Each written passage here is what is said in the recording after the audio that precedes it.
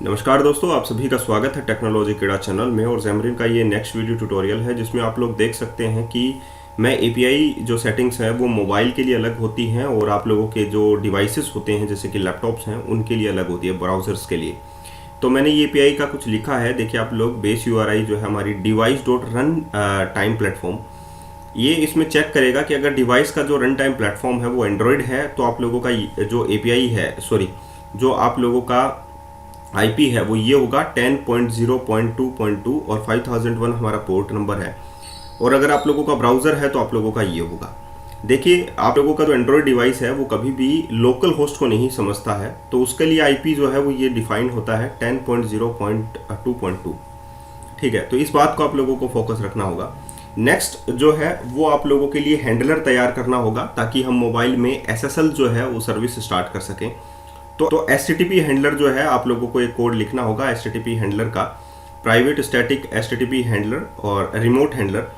तो ये आप लोगों को जो पॉलिसी प्रोवाइड करेगा, SSL पॉलिसी एरर्स जो हैं उनको दूर करने में आप लोगों की हेल्प करेगा रिमोट हैंडलर। ठीक है, ये HTTP हैंडलर जो है आप लोगों को कहाँ पास करना है, इसका इंस्टेंस HTTP क्लाइंट के अंदर पास करना है ताकि ये SSL से रिलेटेड जितने भी एरर्स हैं या HTTP से रिलेटेड जितने भी एरर्स हैं उन्हें दूर कर सके।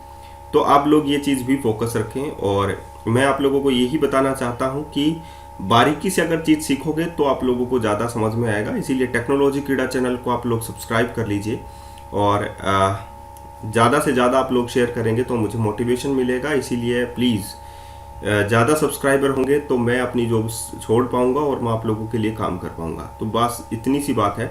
HTTP हैंडलर आप लोगों ने लगाया, आप लोगों ने बेस यूआरआई आप लोगों ने तैयार की, अब आप लोग प्रोजेक्ट को रन कर लेंगे।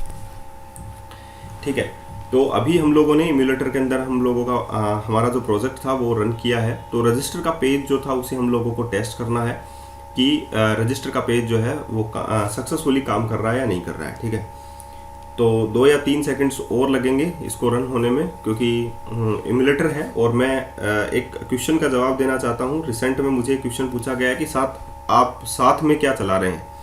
मैं एंड्रॉयड स्टूडियो जो है वो साथ में चला रहा हूँ सिर्फ उसका इम्यूलेटर यूज़ करने के लिए, क्योंकि मैंने एंड्रॉयड स्टूडियो भी डाला हुआ है और वो जल्दी पिक हो जाता है डिवाइस मैनेजर से। इसीलिए ये जो है इम्यूलेटर तो आप लोगों के सिस्टम में डलता है। ठीक है, तो वो एक ही होता है। जैसे पिक्सल 5 का ही सपोर्ट जो है विजुअल स्टूडियो उठा रहा है और पिक्सल 5 ही आप लोगों का एंड्रॉयड स्टूडियो उठा रहा है। तो एंड्रॉयड स्टूडियो को मैं साइड वाइज चला रहा हूँ।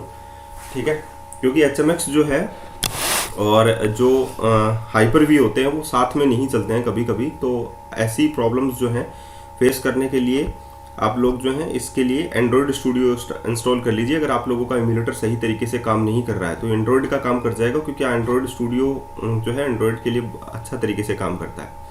अब हम लोग साइन अप कर लेते हैं, इसके अंदर कुछ डाटा फिल कर लेते हैं, जैसे कि मेरा नाम ही फिल कर लेता हूँ और उसके बाद में हम लोग जो है नेक्स्ट प्रोसीड करते हैं। अगर ये इसमें कुछ फॉल्स आते हैं, कुछ आप लोगों के ब्रेक होता है सिस्टम या आप लोगों का एरर जनरेट होते हैं तो उसके लिए हम लोग क्या करेंगे, यहाँ पर उसको दूर करेंगे। ठीक है, तो कुछ भी एरर्स हों उसको हम लोगों को रीड करना ज़रूरी है।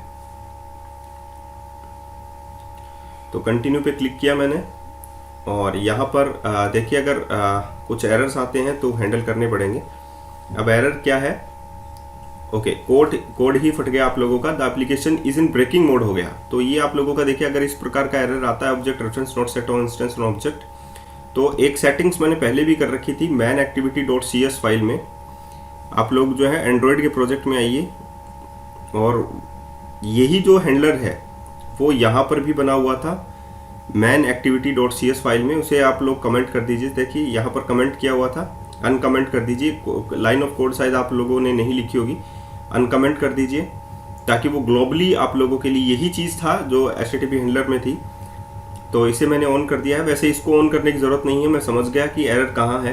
ये API को कॉल नहीं कर रहा है, तो ये लाइन आप लोगों को जो मैन एक्टिविटी डॉट CS में उसमें लिखने की ज़रूरत नहीं है। जो मैन एरर है वो है कि URL मैच नहीं किया। जो API का जो URL था appsettings.baseURI, यहाँ पर मैंने IP एड्रेस और पोर्ट नंबर लिखा है, लेकिन API/API जो है वो मैंने यहाँ पर नहीं डाला है। यहाँ पर देखिए /API नहीं है। ठीक है, और आप लोगों का जो रजिस्टर में जो URI है यहाँ पर देखिए आप लोगों का API लगेगा यहाँ पर। ठीक है, तो ये चीज़ आप लोगों को फोकस में करने की ज़रूरत है। तो आप लोग क्या करें, यहाँ या तो यहाँ पर आप API लगा दीजिए, क्योंकि API तो सभी में है, या आप लोग इंडिविजुअल सभी में यहाँ पर API यूज़ करेंगे, यहाँ पर स्लैश लगा के आप लोग API यूज़ करेंगे। ये देखिए API, बस एग्जैक्टली पाथ यही होता है। तो ये इसी टाइप का एरर था, वो आप लोगों को मैन एक्टिविटी.cs में करने की ज़रूरत नहीं है। यहाँ पर देखिए सर्विस हैंडलर, इसको दोबारा से मैं कमेंट बना देता हूँ, ठीक है।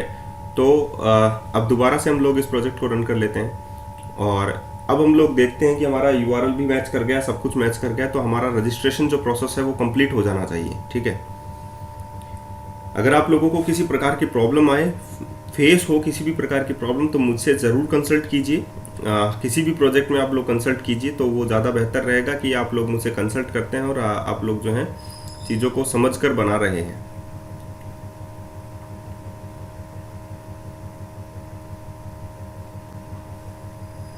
इसके बाद में हमारे पास क्या होना चाहिए, जब मैं कंटिन्यू पे क्लिक करूंगा तो ये रजिस्टर तो हो ही जाएगा, और उसके बाद में नेविगेट हो जाना चाहिए लॉगिन के ऊपर, कि यूज़र जो नेक्स्ट है वो लॉगिन जो है फंक्शन परफॉर्म कर ले। तो मैंने कंटिन्यू पे क्लिक किया, तो अभी लॉगिन वाला फंक्शन जो है वो मैंने नहीं लिखा है, लेकिन जो कंटिन्यू पे क्लिक करने के बाद में एक पॉपअप हमारे पास आना चाहिए कि अकाउंट क्रिएट हो चुका है, अब लोग ओके कर सकते हैं। तो ये देखिए यस आ गया है, your account has been created, okay. तब मैं ओके पे क्लिक करूं तो नेक्स्ट में हमारे पास क्या कोड होना चाहिए कि हम लोग लॉगिन वाले पेज पर चले जाएं, ऐसा कुछ होना चाहिए, ठीक है। तो उसके लिए हमारे पास लॉगिन का पेज भी होना चाहिए, तो राइट क्लिक कीजिए और लॉगिन का पेज इसमें आप लोग बना लीजिए। सेम जैसे साइन इन बनाया है, साइन अप बनाया है, वैसे ही साइन इन बना लीजिए। और यही XAML का जो पेज होगा, xamarin.forms का जो पेज होगा, वो आप लोगों का इसमें भी बनेगा।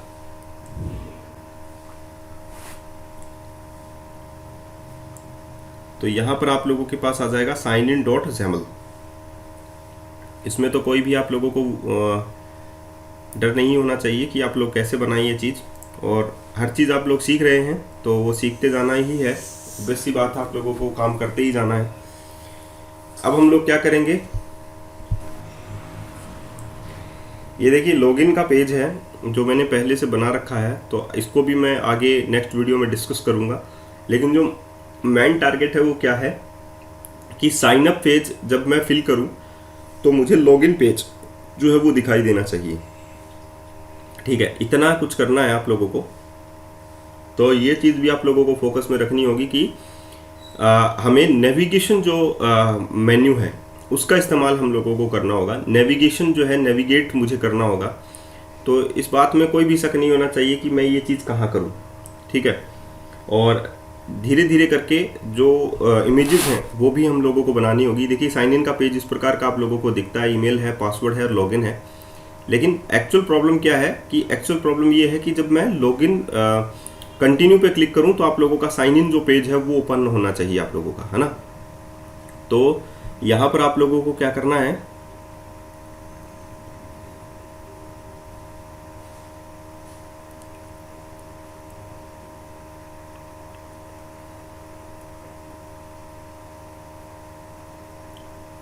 तो यहाँ पर साइन अप का पेज आ गया आप लोगों के पास। तो यहाँ पर आप लोग जैसे yes your account has been created आ जाए, तब आप लोग नेविगेशन को कॉल कर सकते हैं। तो अवेट आ गया आप लोगों के पास, यहाँ पर आप लोगों के पास आ गया नेविगेशन और डॉट, यहाँ पर आ गया आप लोगों के पास पुश मॉडल एसिंक, इसमें आप लोग पुश कर सकते हैं मॉडल को। मॉडल में आप लोगों के पास साइन इन का पेज है, तो वो आप लोग मॉडल को पुश कर दीजिए। तो यहाँ पर देखिए नेविगेशन काम कर रहा है, तो यहाँ पर नेविगेशन काम कर रहा है। तो जो मैन डॉट आप लोगों की जो app.xaml फाइल है, जहाँ पर आप लोग स्टार्टअप डिफाइन करते हैं, वहाँ पर आप लोगों को नेविगेशन डिफाइन करने की बहुत ज़्यादा ज़रूरत है। अब आप लोग ये चेक कर सकते हैं कि यहाँ पर भी आप लोगों को डिफाइन करने की ज़रूरत है। तो नेविगेशन जो है वो न्यू नेविगेशन पेज आएगा आप लोगों का, कि नेविगेशन पेज के थ्रू ये जो चीज़ है आप लोगों का ये रेंडर हो। तो साइन इन की जगह आप लोग साइन अप करेंगे और उसके बाद में इस चीज़ को रेंडर आप लोग कर देंगे, ठीक है। तो देखिए यहाँ पर मैंने लिखा है main page equals to new navigation page. तो साइन इन का पेज यहाँ पर है, तो डिफ़ॉल्ट में आप लोगों का साइन इन पेज ही डिफाइन होगा। जब मैं नेविगेट करके दूसरे पे चला जाऊँगा तो वो आप लोगों के लिए बन जाएगा नेक्स्ट पेज, ठीक है। तो अभी आप लोगों को देखिए नेविगेशन के रूप में ही साइन इन का जो पेज है वो दिखाई देगा। और हम लोगों को जो फर्स्ट पेज डिफाइन करना है वो रजिस्ट्रेशन का जो पेज है वो हम लोगों को डिफाइन करना है।